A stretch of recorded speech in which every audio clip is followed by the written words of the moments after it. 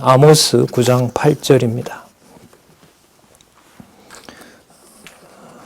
아모스 9장 8절 제가 읽겠습니다. 보라, 주 여호와 내가 범죄한 나라에 주목하여 지면에서 멸하리라. 그러나 야곱의 집은 온전히 멸하지는 아니하리라. 이는 여호와의 말씀이라. 예, 우리 교재에는요, 성경 강론 12권 6429 6429쪽입니다.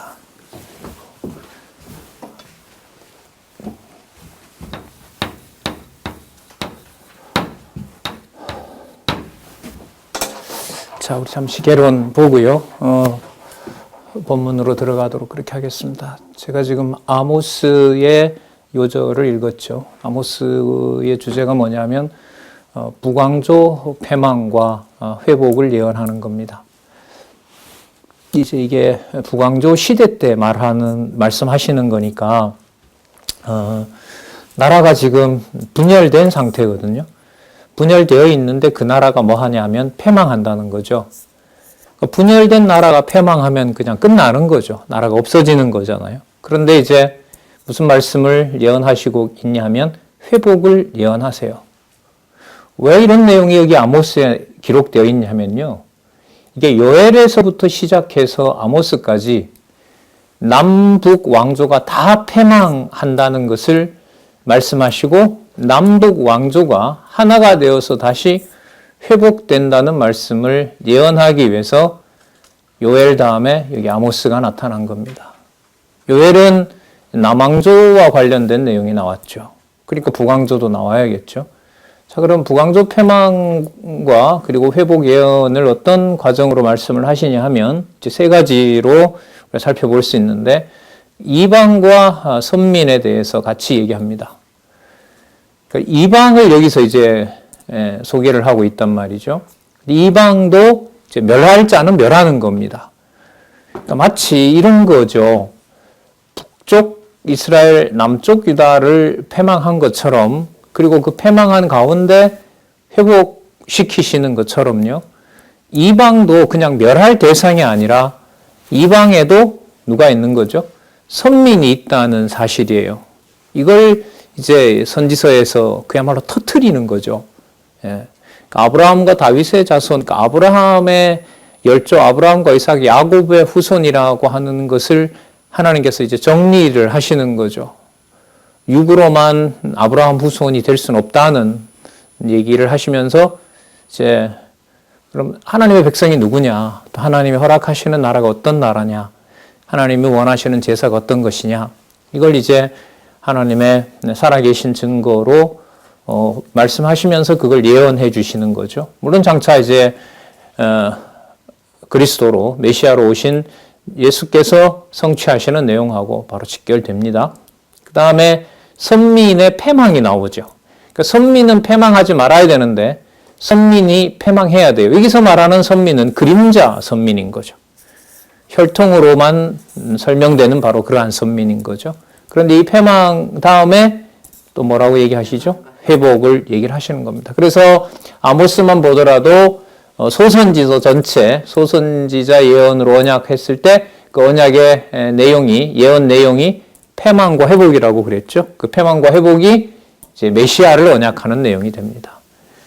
그러니까 하나님의 아들로 오셨고, 또 그가 왕으로 오셨고, 또 그분이 선지자로 오셨고, 또 성전으로 오셨고, 그분에게 쏟아질 모든 약속들이, 예언이 바로 선지서, 소선지서 전체에 나타난다는 사실을 우리가 거듭 확인하고 있습니다. 그 다음 남북왕조 패망과 회복과 함께요. 누가 들어오나 한번 여기 잘 보세요. 누가 나오죠? 열방이 나오죠. 그러니까 남쪽, 북쪽 열방이 모두 패망해요. 패망하고, 자, 패망하는 걸 먼저 에돔이 어떻게 되는지를 알려줘요. 이 참 너무너무 사악하고 간교한 이 나라죠. 그 야곱의 형이잖아요, 사실. 그 혈통으로 보면 한 핏줄인데 하나님께서 하는 짓을 진짜 사악하고 간교한 짓을 하도록 하죠. 바로 옆에 이제 살면서 아주 좋은 지형을 택해서 살면서 북쪽 이스라엘과 남쪽 유다가 위험에 처할 때마다 그 위험에 처한 것을 자기네들이 부를 축적하고 자기네 나라를 부강하게 하는 기회로 삼는 자들이죠. 에돔이죠. 이 나중에 예수님 모셨을 때 헤롯 가문이죠. 나중에 이 조상이 되는 자들이란 말이죠. 예수님께서도 그러잖아요. 여우 봐라 이러죠. 여우 봐라.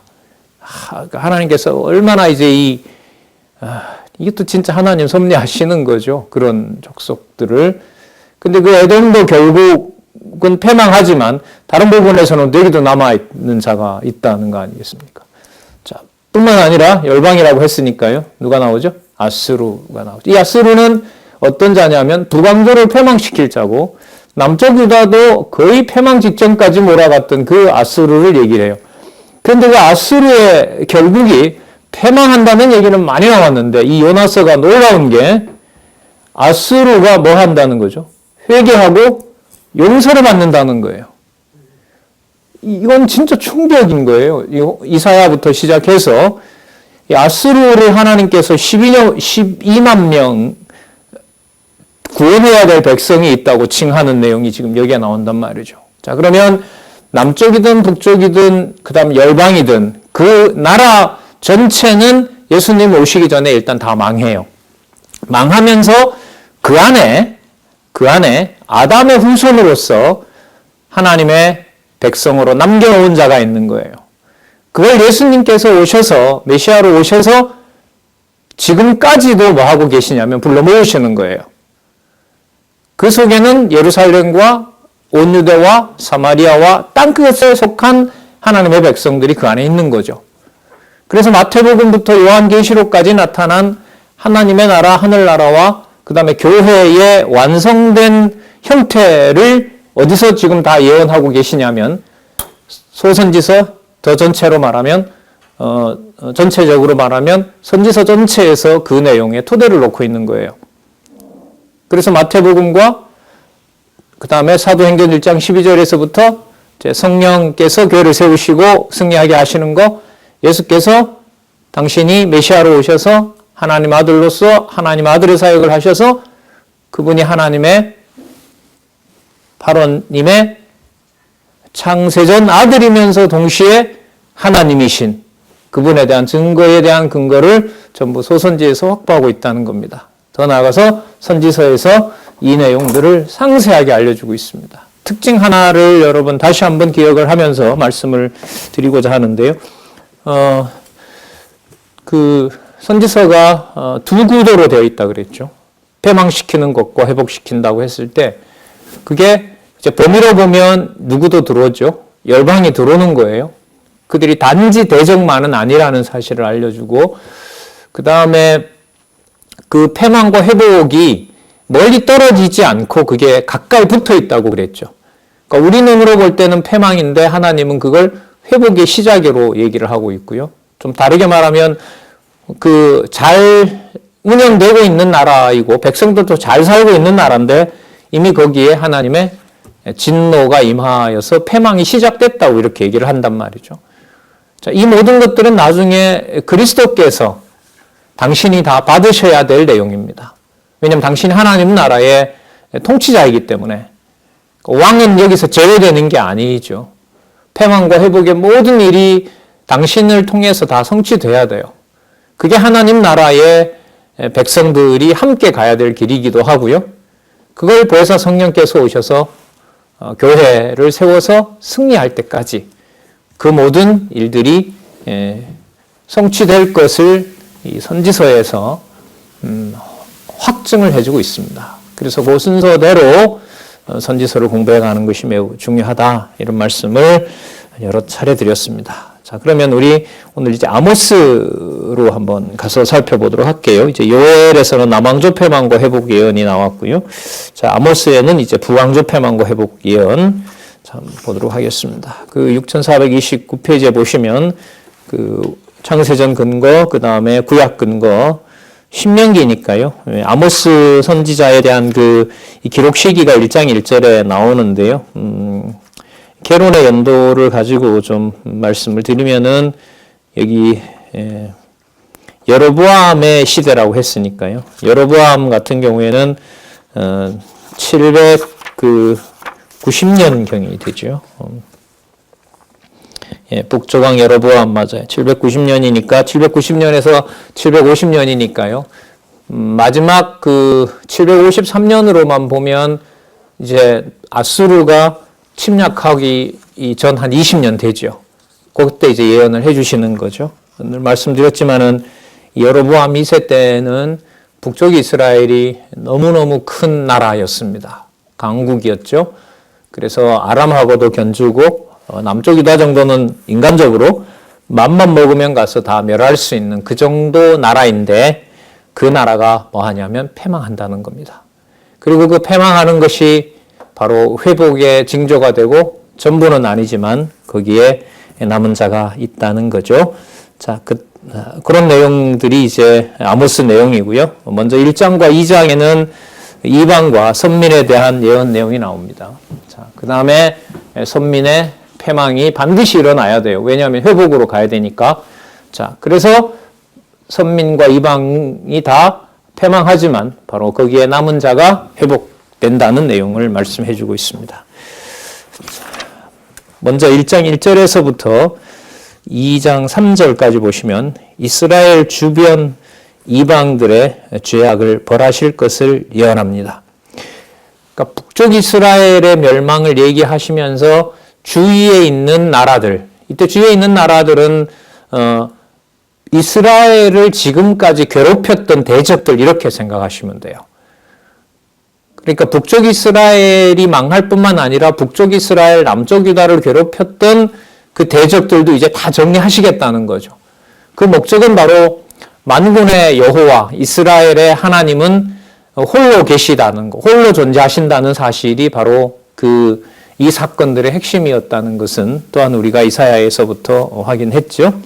자, 1장 1절에 보시면 시대가 나와 있어요. 유다 왕 우시야 시대, 곧 이스라엘 왕 요아스의 아들 여로보암의 시대의 지진 제2년에 드구와 목자 아모스가 이스라엘에 대하여 묵시 받은 말씀이라. 이때 이스라엘이 이제 북이스라엘이라고 할 수가 있겠죠. 자, 이 시기가 여로보암이 많죠. 이 지금 선지서에도 보면은요. 이사야 같은 경우에도 우시야로 치면은 우시야부터 히스기야였으니까요. 그 속에 여로보암이 들어가 있고요. 그러니까 무슨 말씀 드리려고 하냐면 북쪽 이스라엘이 멸망하기 전에 하나님께서는 많은 선지자들을 통하여 북쪽 이스라엘과 나아가 남쪽 유다가 망한다는 사실을 얘기해 주세요. 여기서 우리가 하나 정리를 할 부분이 있는데 남쪽과 북쪽을 같이 멸망시킨다는 말은요. 멸망시킨다는 데 맞추면 좀 좋지 않는 것처럼 보이지만은요. 하나님께서 북쪽과 남쪽을 같이 얘기하면서 같이 망한다고 그래요. 그럼 같이 망한다라는 게 무슨 의미가 있냐면 회복될 때 같이 회복시킨다는 거예요. 같이 때린다라는 게 뭐냐 하면 서로 남남이 아니라는 거죠. 마치 형과 동생을 이제 어머니가 혼내줄 때, 엄마가 혼낼 때 따로따로 생각하고 혼내지 않죠. 둘 다 내 자식이고 둘이는 핏줄이다라는 걸 전제를 가지고 때리는 것처럼 남쪽과 북쪽이 함께 망한다는 말씀을 왜 하시냐면 이 나라가 지금 분열되어 있지만 이 나라가 분열되어 있는 나라가 아니다라는 거예요. 다윗 시대 때처럼 하나의 나라로 내가 모으겠다는 거죠. 그럼 다윗을 보내서 그렇게 하느냐? 그 다윗을 보내겠다는 말은 여러 차례 나오지만은 그게 그 다윗을 말하는 게 아니라 다윗의 후손으로 올 메시아이고 유대인 중심의 메시아는 아니라는 사실을 우리는 이사야서에서 고레스림을 통하여 벌써 확인한 거죠. 그리고 그 혈통 중심의 이야기는 이제 계속 깨어지게 돼요. 그 유대인으로부터 나오지만 다윗의 혈통으로 나오지만 다윗의 혈통에 묶이는 분이 아니세요. 자, 그걸 우리가 하나 큰 틀에서 정리를 하시고 이 북이스라엘, 남쪽 유다가 하나이고 그 안에 열방도 들어오고 이렇게 이제 정리를 하시면 그리스도가 오셔서 이루실 준비가 다 완성이 된다. 자, 이렇게 이해하는 데 도움이 되리라고 봅니다. 2절에 보면 저가 가로되 여호와께서 시온에서부터 부르짖으시며 예루살렘에서부터 음성을 발하시니 목자의 초장이 애통하며 갈멜산 꼭대기가 마르도다. 여러분 이거 우리 많이 봤죠. 여호와의 목소리가 어디에서부터? 시온에서부터 나오고 예루살렘에서부터 나온다는 거예요. 나온다는 거죠. 그러니까 지금 보면 뭐가 돼 있냐면 약속은 북쪽 이스라엘이 멸망한다는 건데요. 말씀의 출처를 어디에 계신 여호와를 얘기를 해요? 시온에 있는 예루살렘 성전에 있는 여호와가 그렇게 말씀하신다는 거예요. 그러면 장소로 보면 나가버린 북쪽 이스라엘인데 북쪽 이스라엘에게 경고하는 여호와는 남쪽 유다에 계신 여호와이시기 때문에 그 여호와가 분리된다 안 된다? 분리되지 않는다는 겁니다. 그러면 하나님께서 왜 분리시켜 놨느냐? 장차 오실 메시아가 어떤 방법으로 하나님의 백성을 모아야 되는지를 하나님이 지금 준비하고 계신 거죠. 그리고 이들이 나중에 고레스가 돌아가라고 했을 때, 그러니까 페르시아 제국이죠. 페르시아 제국이 3번에 걸쳐서 돌려보내거든요. 3번에 걸쳐서. 나중에 그 제사 회복까지 본다면은 어떻게 보면 3번 넘게라는 말도 돼요. 4번 정도 된다고 봐요. 어쨌든 3차에 걸친 포로 귀환이 있는데 그게 이제 우리는 에스더서에서 살펴봤죠. 너무 멀어서 못 가는 유대인도 있어요. 그들을 우리가 디아스포라라 그러죠. 흩어진 자들, 디아스포라. 그러면서 메시아를 증거할 구약의 백성들을 하나님께서 세상에 퍼뜨려 놓은 거예요. 자, 그래서 2절 말씀도요. 시온에서부터 부르짖으며 예루살렘에서부터 음성을 바란다는 말씀도 우리가 유의할 필요가 있고요. 3절에 여호와께서 가라사대, 자, 다메섹부터 소환합니다. 다메섹. 당시 아람 수리아의 수도라고 할 수가 있겠죠. 자, 여호와께서 가라사대 다메섹의 서너 가지 죄로 인하여 내가 그 벌을 돌이키지 아니하리니 이는 저희가 철 타작하듯 길르앗을 압박하였음이라. 그 다른 나라를 쳤다는 거죠. 이게 이제 열왕기에 좀 배경이 있어야 되는데요. 열왕기 그 10장에 가면 바로 다메섹이 길르앗을 친 적이 있습니다.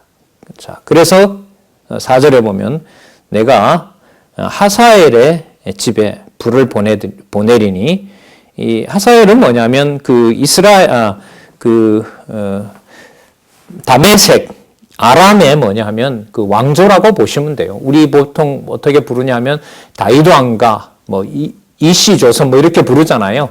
그런 것처럼 이 하사엘 이렇게 말하면 하사엘의 집이라고 하면 이제 하사엘의 가문과 관계가 됩니다. 그 집에 불을 보내리니 벤 하닷의 궁궐들을 사르리라. 벤 하닷은 뭐냐면요. 하닷의 아들이라는 말이니까요.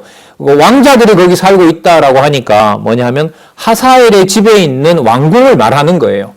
근데 그게 어떻게 된다는 거죠? 전부 다 불살라버리겠다는 거죠. 여호와께서 그렇게 한다는 거죠. 이것도 이 당시로 보면 안 맞죠. 왜?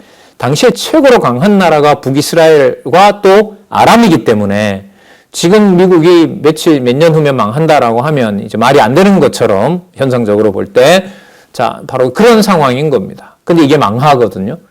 그때 여호와의 말씀이 이루어진 것을 이 말씀을 받는 남쪽 유다와 북쪽 이스라엘 백성들 또 그것을 보는 이방인들이 이제 깨닫게 되는 거죠. 5절 내가 다메섹 빗장을 꺾으며 아원 골짜기에서 그 거민을 끊으며 벳에덴은 여러분 그 활락의 집이라고 하는 건데요. 그러니까 막 그 범죄가 극에 달한 바로 그런 도시라고 보시면 됩니다. 벳에덴에서 홀 잡은 자를 끊으리니, 그러니까 홀 잡은 자를 끊는다는 말은 홀 잡은 자가 왕이잖아요. 왕을 잡는다는 거죠. 그리고 아람 백성이 사로잡혀 이 길은 여러분 우리가 말하는 길이 아니고 키르라고 하는 그 지명입니다. 사로잡혀 길에 이르리라. 이걸 나중에 여러분 누가 하냐면 우리 들어보셨을 거예요. 열왕기 하에 가면 나오는데 디글랏 빌헤셀이라고 북쪽 이스라엘을 멸망케 하는 아수르의 왕입니다. 이 아수르의 왕이 와서 그러니까 결국 누구를 멸망시킨다? 아람 제국을 멸망시킨다 이 말이에요. 저 큰 나라가 어떻게 망합니까? 망한다는 거예요. 망한다. 그리고 역사적으로 그대로 이루어졌습니다.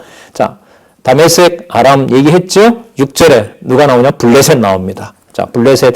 아람은 여러분 북쪽 이스라엘의 경계에 있던 나라가 아람이라면 블레셋은 북쪽 이스라엘의 왼쪽, 그 지중해죠. 왼쪽에서 괴롭히던 나라가 바로 이 블레셋이죠. 그 블레셋이 어떻게 되냐면 6절에 여호와께서 가라사대 가사의 서너 가지 죄로 인하여 내가 그 벌을 돌이키지 아니하리니 이는 저희가 모든 사로잡은 자를 끌어 에돔에 붙였습니다. 아주 이 사악한 자들이 인신매매하는 자들인 거예요. 에돔이 강하다가 보니까 이 블레셋은 해적질 하잖아요. 그러니까 거기 잡아온 노예들을 갖다가 이제 에돔에 갖다 팔아먹고 에돔은 여기 이스라엘 백성들을 잡아다가 바다에 노예로 팔기 위해서 북쪽 그 블레셋에 팔아버리고 그러니까 아주 사악한 짓을 하는 자들이었던 거죠. 이 자들을 내가 멸해버리겠다는 것이 바로 지금 예언입니다. 7절에 내가 가사성에 불을 보내리니 그 궁궐들을 사르리라. 전부 블레셋 성입니다. 8절에 보면 아스돗 마찬가지죠. 아스돗에서는 그 전염병이 돌아서 사무엘 시대 때 보면 난리가 난 적이 있었잖아요. 하나님의 괴가 다니면서 그냥 요즘으로 말하면 팬데믹이에요. 팬데믹. 전염병이 나서 그 수많은 사람들이 블레셋에 죽었던 바로 그 지역이죠. 아스돗에서 그 거민과 아스글론에서 홀 잡은 자 왕이죠. 끊고 그 손을 돌이켜 에그론을 치리니 블레셋의 남아있는 자가 멸망하리라. 이는 주 여호와의 말씀이니라. 자, 가장 강했던 아람. 그 다음에 사악한 짓을 했던 블레셋. 자, 그 다음 어디로 가나 볼까요? 9절. 여호와께서 가라사대 자, 두로의 서너 가지 죄로 인하여 두로는 블레셋 위쪽에 있는 바닷가. 진짜로 강한 나라. 그리고 부가 넘치는 나라. 두로 서너 가지 죄로 인하여 내가 그 벌을 돌이키지 아니라. 서너 가지 죄라는 말은 분명히 여호와의 심판받을 이유가 있다는 거죠. 그걸 적시해 주는 거예요.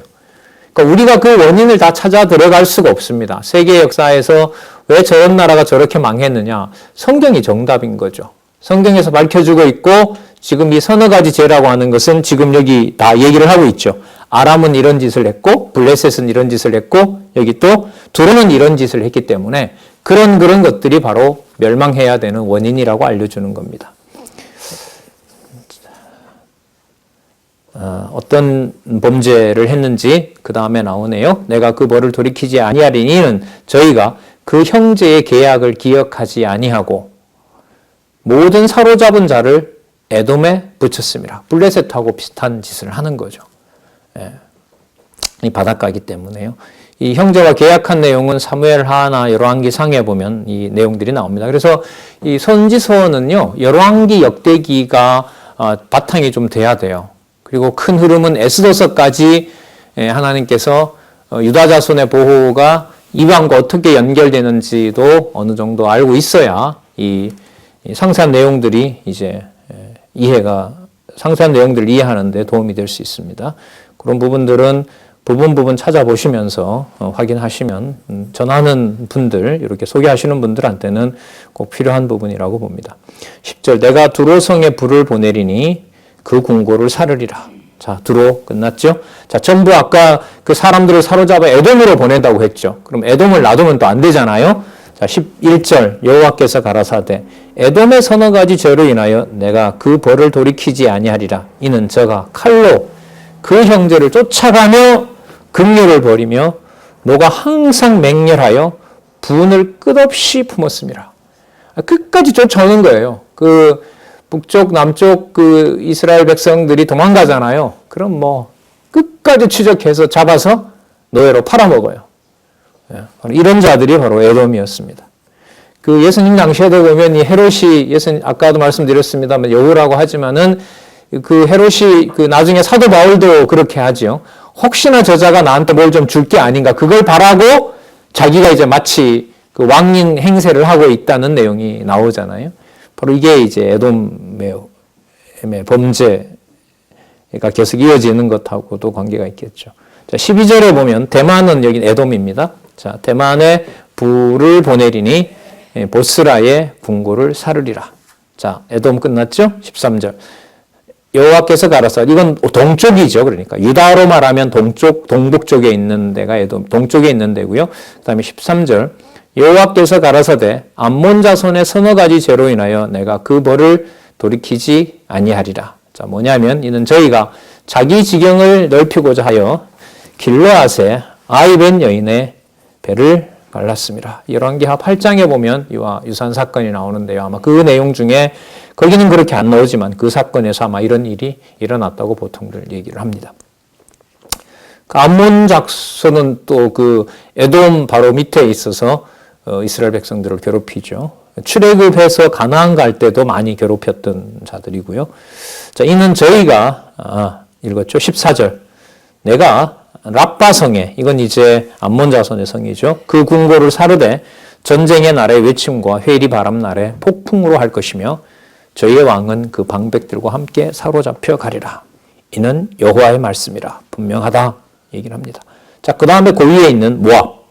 모압의 서너 가지 죄로 인하여 그 벌을 돌이키지 아니하리라. 이는 저가 에돔 왕의 뼈를 불살라 화를 만들었습니다. 재밌죠?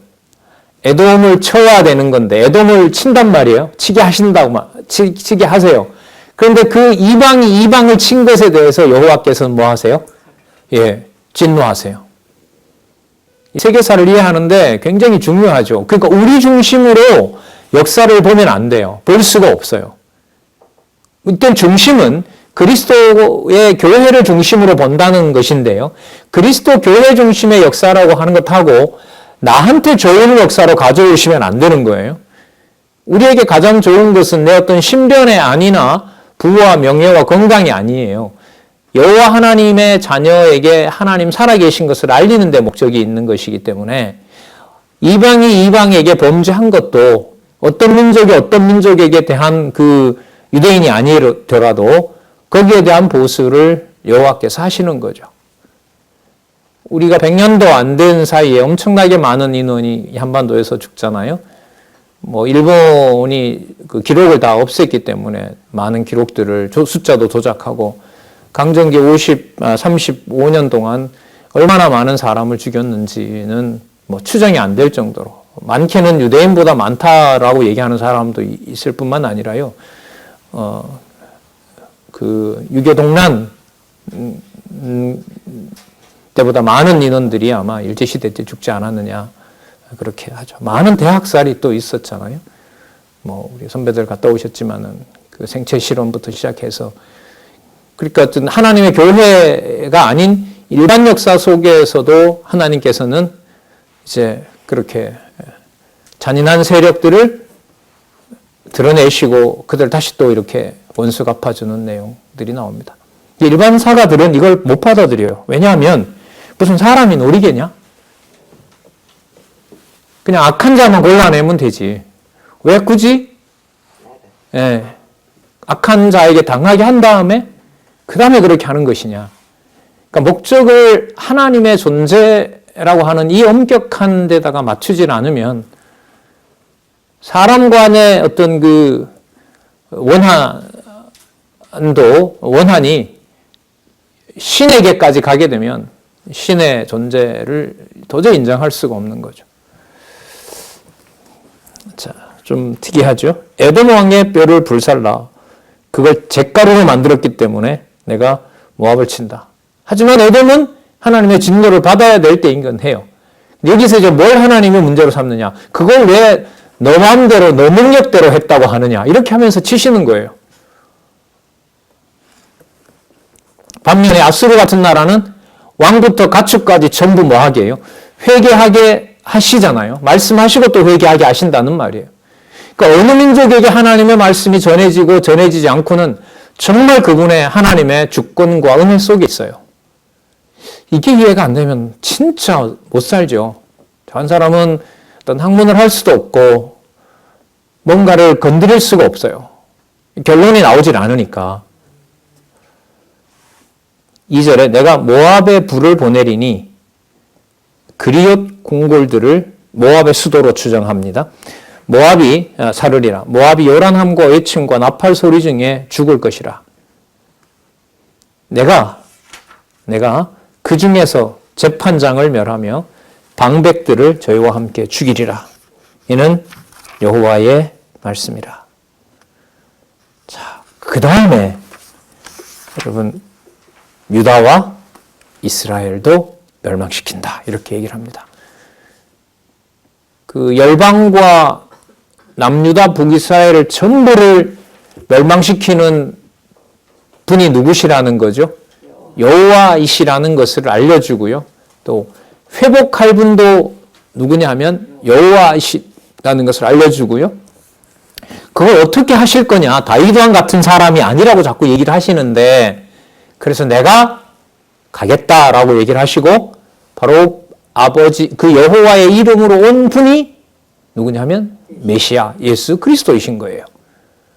그래서 여러분 이 구조를, 이런 흐름을 가지고 예수께서 당신을 이제 증거하시는 것을 보는 것하고요, 이 선지서를 다 무시하고 그냥 아브라함과 다윗의 자손 뭐 거기서 그렇게 예수님에 맞춰서만 그렇게 보는 것은 성경 전체의 통일성을 확보하느냐 하지 못하느냐라는 것하고 직결되는 문제예요.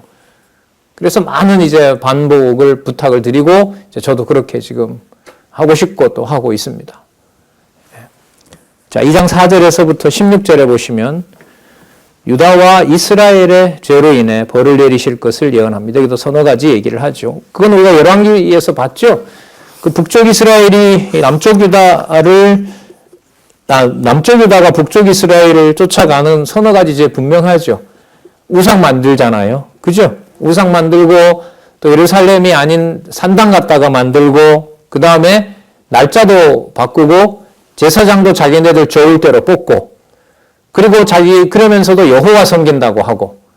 자, 그리고 남쪽 유다는 그 모든 게 다 갖추어져 있는데 오히려 북이스라엘을 섬기고 주변에 있는 아스루나 모압과 암몬의 그 음탕한 신을 갖다가 여호와라고 여호와보다 낫다고 하면서 섬기고 있고.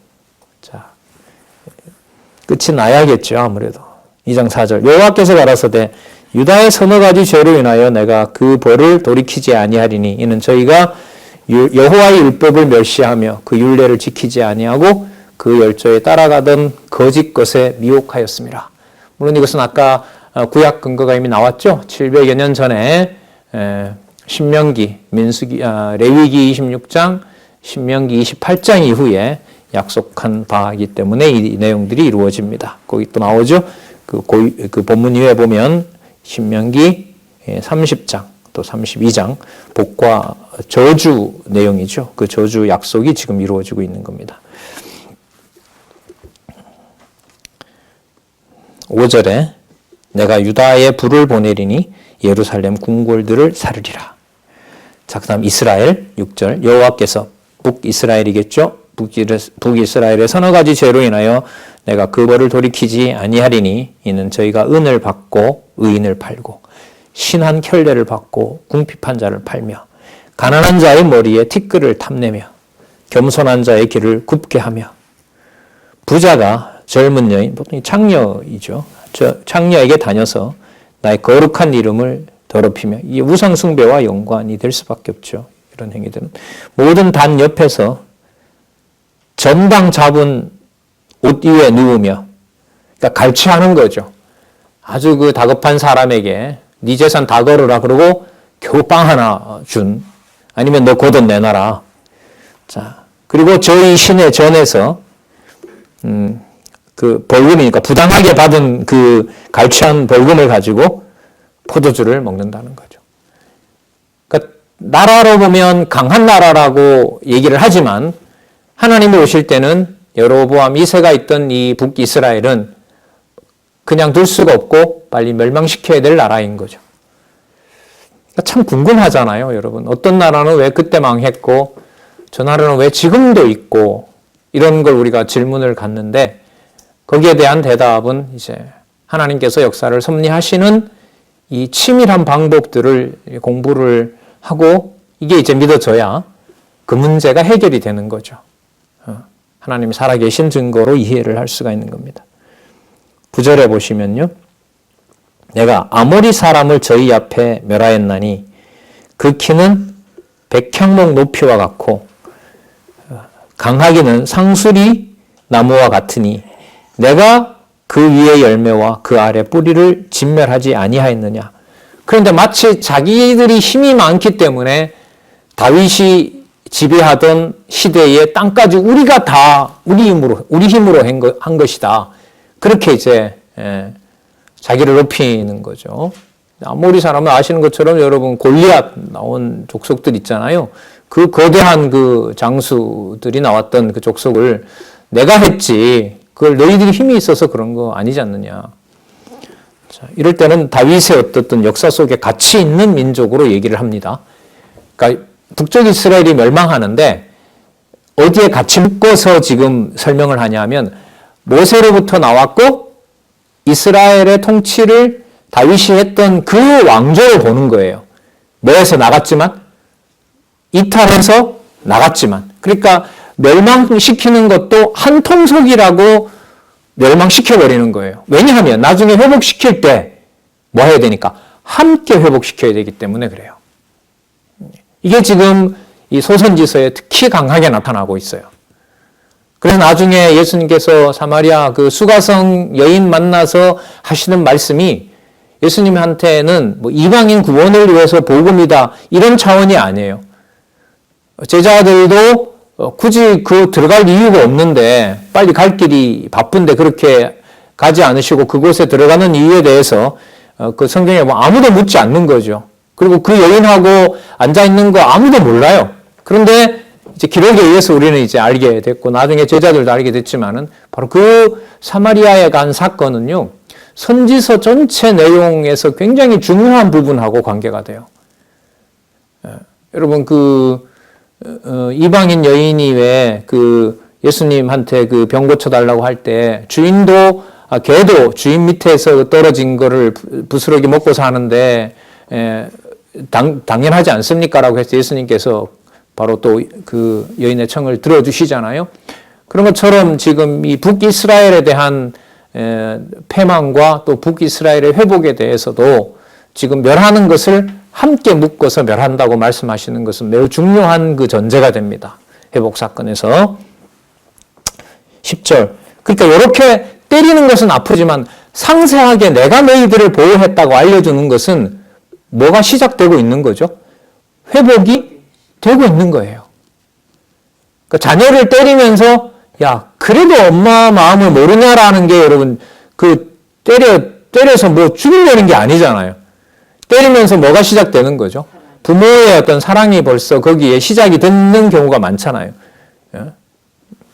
그렇지 않은 경우도 많지만은 10절 내가 너희를 애굽 땅에서 이끌어내어 40년 동안 광야에서 인도하고 내가 인도하고 아모리 사람의 땅을 너희로 차지하게 하였고 또 너희 아들 중에 선지자를 너희 청년 중에 나시르 사람을 일으켰나니 여러분 대표적인 사람 그 사무엘이나 그 누구예요? 삼손 이런 자들 있죠. 하나님께 바쳐진 자인 거고요. 그리고 이들은 진짜 레위지파하고도 분리된 자들이고요. 포도주 마시면 안 되고 독주 마시면 안 되고 머리카락 자르면 안 되고 시체하고 접촉하면 안 되고. 그리고 이 말은 뭐냐면 하나님이 정말로 원하는 깨끗한 자를 누가 만들어 놓았다. 내가 만들어 놓은 것을 보여준 게 너희들인데 이런 자를 내가 원한다라고 그 모든 게 만들어줬는데 그렇게 가서 이방 신 얼마나 더러웠는지 호세아에서 얘기하죠. 지나가다가 그 아무리 더러운 여자라 하더라도 그래도 그 몸을 파는 여인에게는 들어가는데 이스라엘은 상대를 하지 않으려고 해요. 유다는. 너무 더러워서. 그런 자로 앞부분에 나왔었잖아요. 그러면 지금 여기에서 북이스라엘의 패망을 얘기를 하시는 걸 보면 나시르 사람, 거룩한 자, 구별된 자 그런 자를 북이스라엘에도 뭐 하는 거죠? 연관을 시키는 거죠. 연관을 시키는 거예요. 그러니까 나중에 회복할 때 누구도 반드시 들어와야 돼요. 북쪽 이스라엘도 선지자들에게 하나님이 얘기하실 때는 니들이 모세로부터 나온 같은 민족이고 하나님의 거룩한 자를 같이 받고 이스라엘의 통일 국가의 후대들이고 이렇게 얘기를 하는 거예요. 그리고 이거는 누구 기준하고도 이게 안 맞냐 하면 나가버렸다고 지금 비판하던 남쪽 유다가 봤을 때도 이건 좀 부당한 거예요. 그러니까 위로하시려면 우리만 위로해야 되는데 위로하는 내용을 보면 나간 북쪽 이스라엘도 누구의 후손이라는 거죠? 아브라함의 후손이고 다윗의 통치를 받는다고 얘기를 하는 거예요. 거기에다가 누구도 이방도 여호와의 사랑을 받는다고 하니까 여러분 이 머리에 속된 말로 뚜껑이 안 열리겠습니까? 그 뚜껑 열린 자가 누구냐면 바로 요나예요. 이 뒤에 나와요, 그게. 그러니까 북쪽 이스라엘로 봤을 때는 굉장히 혼돈스러워요. 제가 선지자여도 도대체 여호와께서 무슨 그림을 어떻게 그리고 계신지가 진짜 너무너무 궁금할 거예요. 그 다니엘이 이렇게 쓰러지는 것도 봤잖아요. 다니엘이 쓰러진 것은 이제 그 민족, 그 남쪽 유다의 그 잔혹한 그 고통당하는 데서 이제 그 장면 속에서 이제 그 계시를 보고 쓰러집니다만은 이 상황이 지금 그렇게 갑니다. 그러면 여러분 뭐가 다 맞아요, 이제는? 북쪽 이스라엘, 남쪽 유다든 북쪽 이스라엘이든 그 다음에 열방이든 장차 한 왕인 여호와의 이름으로 오시는 바로 메시아가 오셔서 통치하실 것에 대한 내용이 확증이 되고 있고, 그러면 그리스도께서 말씀하시는 모든 내용은 유대인만 듣는 말씀이 아니라 누구도 듣는 열방도 들어야 될 말씀임을 마태복음에서부터 사도행전 1장 11절까지 이 맥락에서 말씀하신 거예요. 그리고 선지서 없이는 복음서 공부가 안 됩니다. 안 돼요. 자, 12절을 볼까요? 그러나 너희가 나시르 사람으로 포도주를 마시게 하고, 그러니까 구별해 놓은 자를 망치는 거죠. 우리랑 같이 더불어 그냥 범죄하자고 하는 거죠. 마시게 하며 또 선지자에게 명하여, 듣기 싫으니까요, 예언하지 말라 하였느니라. 곡식단을 가득히 실은 수레가 흙을 누름같이 내가 너희 자리에 너희를 누르리니, 수레에다 여러분 짐 실으면 얼마나 무거워요? 그런 것처럼 너희들을 다 깔아뭉개버리겠다는 거죠. 14절 빨리 다름박질하는 자도 도망할 수 없으며 강한 자도 자기 힘을 낼 수 없으며 용사도 피할 수 없으며 활을 가진 자도 설 수 없으며 발이 빠른 자도 피할 수 없으며 말 타는 자도 피할 수 없고 용사 중에 굳센 자는 그날에 벌거벗고야 도망하리라. 이는 여호와의 말씀이니라. 여러분 이 요엘에서 그 남쪽 유다의 패망과 회복을 예언을 해주셨잖아요. 그리고 지금 그 남쪽 유다에서부터 잘 보세요. 호세아의 1장 2절에서는 그 회복된 예루살렘 시온에서부터 뭐가 나온다 그래요? 말씀이 나온다 그러죠. 그렇게 나온 말씀이, 자, 지금 아모스로 넘어온 거예요. 그 나온 말씀이 어떻게 지금 심판을 하죠? 아람부터 시작해서 에돔, 블레셋, 모압, 암몬, 그리고 어디까지? 북이스라엘까지 전부 뭐 하는 거죠? 멸하는 거죠? 그러면 이미 북쪽 이스라엘의 회복이 시작됐기 때문에 멸망한 이 나라에도 하나님의 남은 자가 있다고 한다면 이들을 반드시 뭐 해주셔야 돼요? 회복시켜 주셔야 돼요. 그런데 지금 이걸 이 결론에서는 너무나 선명하게 밝혀주고 있는 거예요. 그래서 이럴 때 결론이 딱 눈에 들어오는 거예요. 아, 이 방향으로 가는구나. 그럼 이때 회복은 시온에서, 자, 아모스 1장 2절, 이런 구절들이 이제 눈에 들어오는 거예요. 아, 시온에서부터 나오신 여호와의 말씀이 온 만방의 대적자는 대적자대로 심판하시지만 들어야 될 자들에게는 어떻게 한다? 듣게 하실 준비를 하시는데 바로 때가 참에 누가 오시는 거구나. 메시아가. 그래서 때가 참에 이럴 때 이제 선지서 공부 안 하시고 때가 참에 하시지 마세요.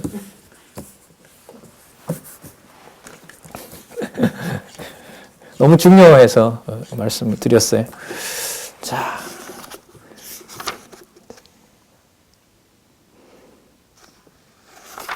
다 죽이신다고 하는 것처럼 나오죠? 자, 그래서 궁금함을 가지고 또 다음으로 가면 돼요. 6, 4, 3, 8에 가시면 이제 3장에서부터 6장까지 선민의 패망에 대한 예언을 또 상세하게 해주십니다. 북쪽 이스라엘의 패망을 얘기하시면서 회복 내용들이 또 빨리빨리 붙어줘요. 이게 바로 제 3장에서부터 6장까지 나타나 있습니다.